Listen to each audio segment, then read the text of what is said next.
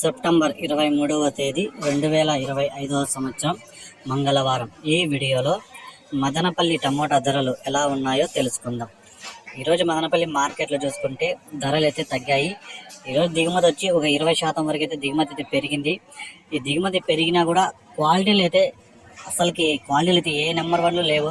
ఎక్కడో ఒక ఐటమ్ ఒక రకంగా ఉండే క్లాసికల్ మాత్రమే ఉన్నాయి, కానీ క్వాలిటీలు అయితే చాలా తక్కువ. ఈరోజు నిన్న కొంచెం బాగుండే, ఈరోజు అంతా వానకాయలు, సెకండ్ క్వాలిటీలు, మీడియాలు, జాండీస్లు, మచ్చలు ఎక్కువ ఈరోజు, అందుకే ధర అయితే తగ్గింది.